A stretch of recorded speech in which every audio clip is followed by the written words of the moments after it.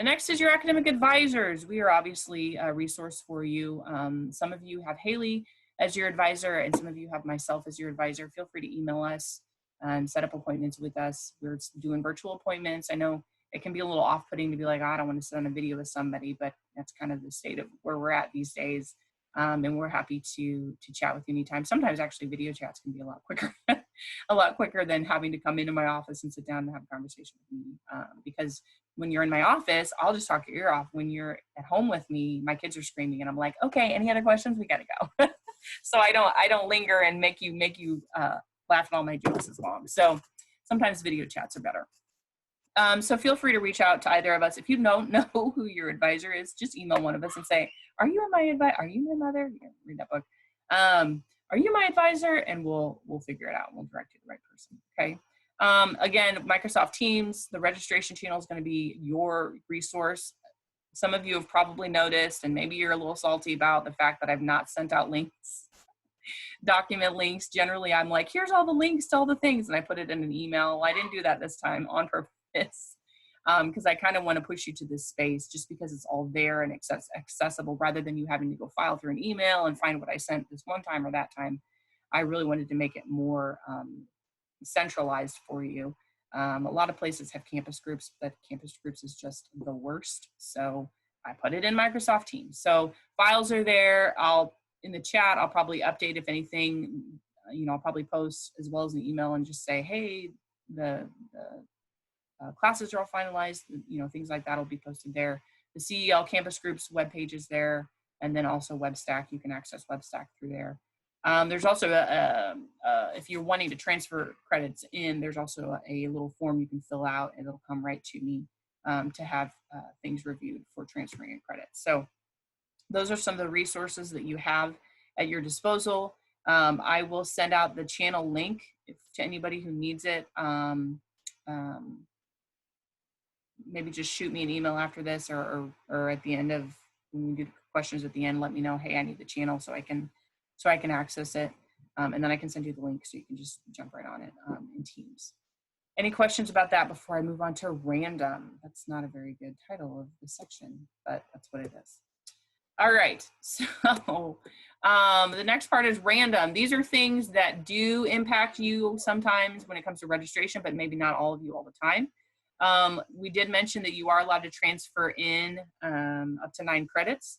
If you want to transfer in a course, the steps you would need to take is you would need to provide the syllabus for that course. Obviously, it would need to be a school, from a school and a program that's been approved. But at some point, you would also need to provide an official copy of the final transcript with the grade. The grade needs to be a B or higher equivalent.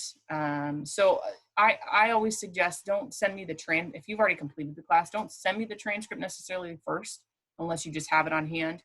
Send me the syllabus and just say, hey, I'm wondering if this can count as an elective or can count as this core class that I will be taking next semester. Send me the syllabus first so we can get it reviewed, and then I can say, okay, we need to see the transcript before we can officially accept it and transfer it in. And you can submit that request. You can go, it's like a 7 question sheet where you fill in your information. You can submit that syllabus in a file format and it comes straight to me, and it's real simple on Microsoft Teams. So that is something that some of you may need to explore at some point. If you need to waive a class, because you have a core class and once you want to be waived, the accounting classes are the real common ones that get waived because you have, experience in that. Maybe that's your job as you're an accountant, you're a CPA. We would just need the waiver form completed. And generally you have the instructor who would be teaching you that content is the one who would sign off on you having that class waived. And that doesn't mean that you would get those credits. You would still have to find those credits usually in electives elsewhere, but you wouldn't have to be required to take that particular class or those particular classes. So again, that waiver form is also in Microsoft Teams, so that if you feel like you want to complete that and complete that process, you can do so. Petitioning, the academic petition form is also in Microsoft Teams. And if you need to petition for an exception to a policy, this is the form that you would use. The requesting to take more than 9 credits and or to maintain part-time tuition rate. That's the form you would use for that. And you would just send it, if I'm your advisor, you would just complete it, send it to me, maybe give me some context, and then I would push that up the chain for you to have that reviewed. Same thing if you're Haley's advisee, you would send it to her and she would push it up for you. So those are the sort of random little pieces that not everybody will engage, but some of you will. Some of you might need a leave of absence or withdrawal. I know that with the sort of the questionableness of the summer, some of you may be like, you know, I think I'm just going to take a break for the summer and come back around in the fall. Totally your choice, totally up to you. Obviously, I'm not wanting you to leave and step out, but if you must, we do have a process for that.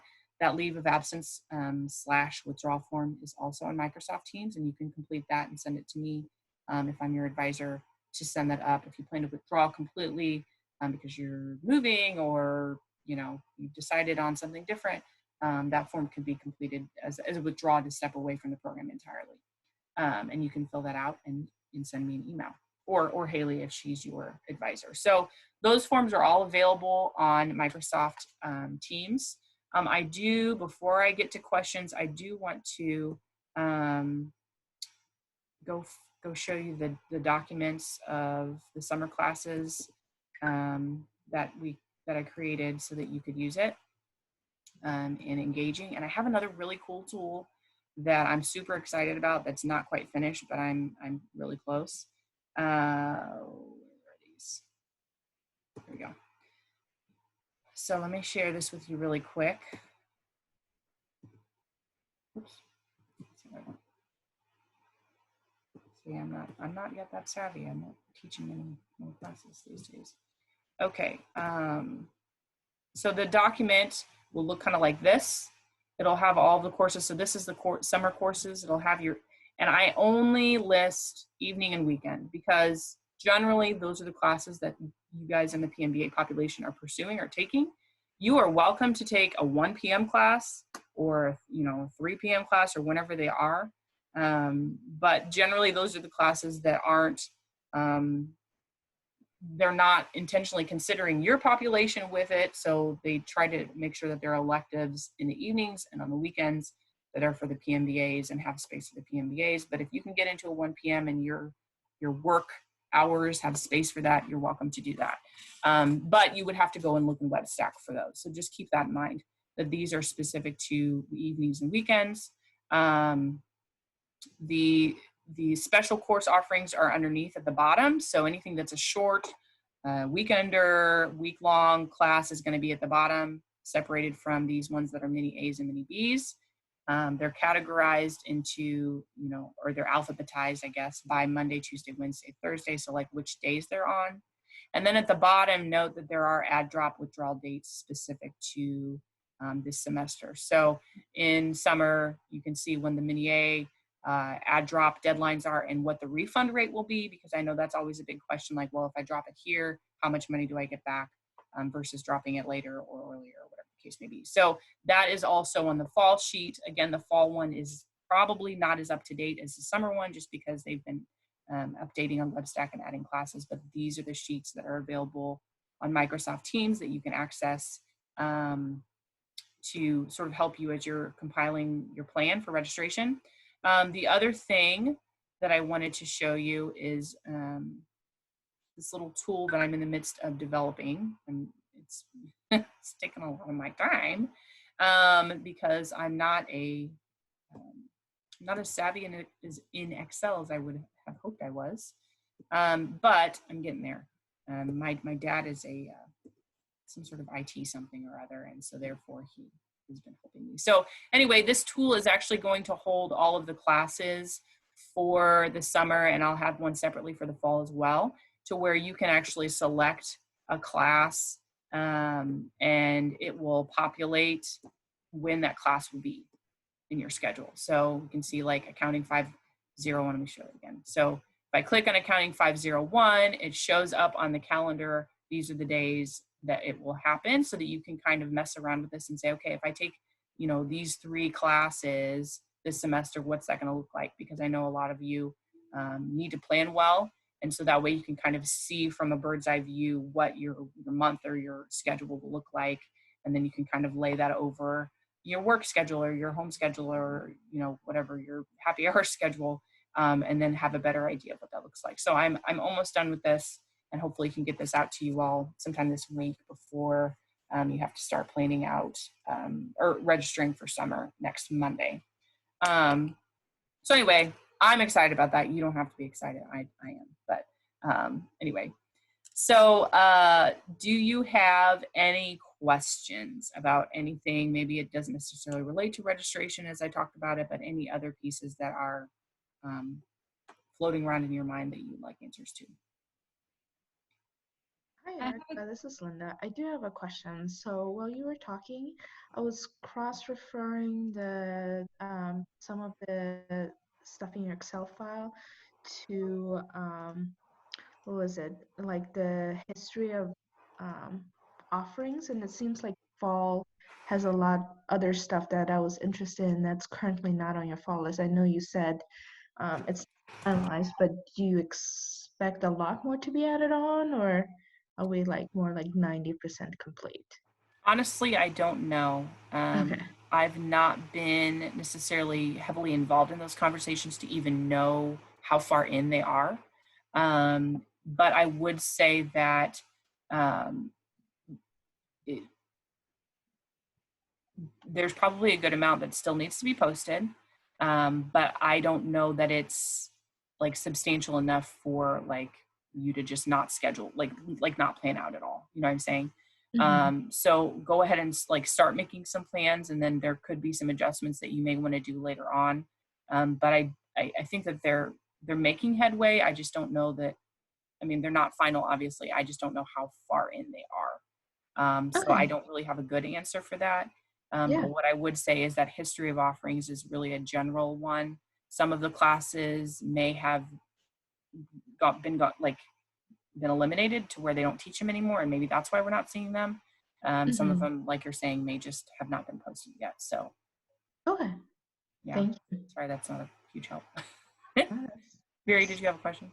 Yeah, for the taking more than 9 credits, if we have a form, do we need a form submitted for summer and another one for fall?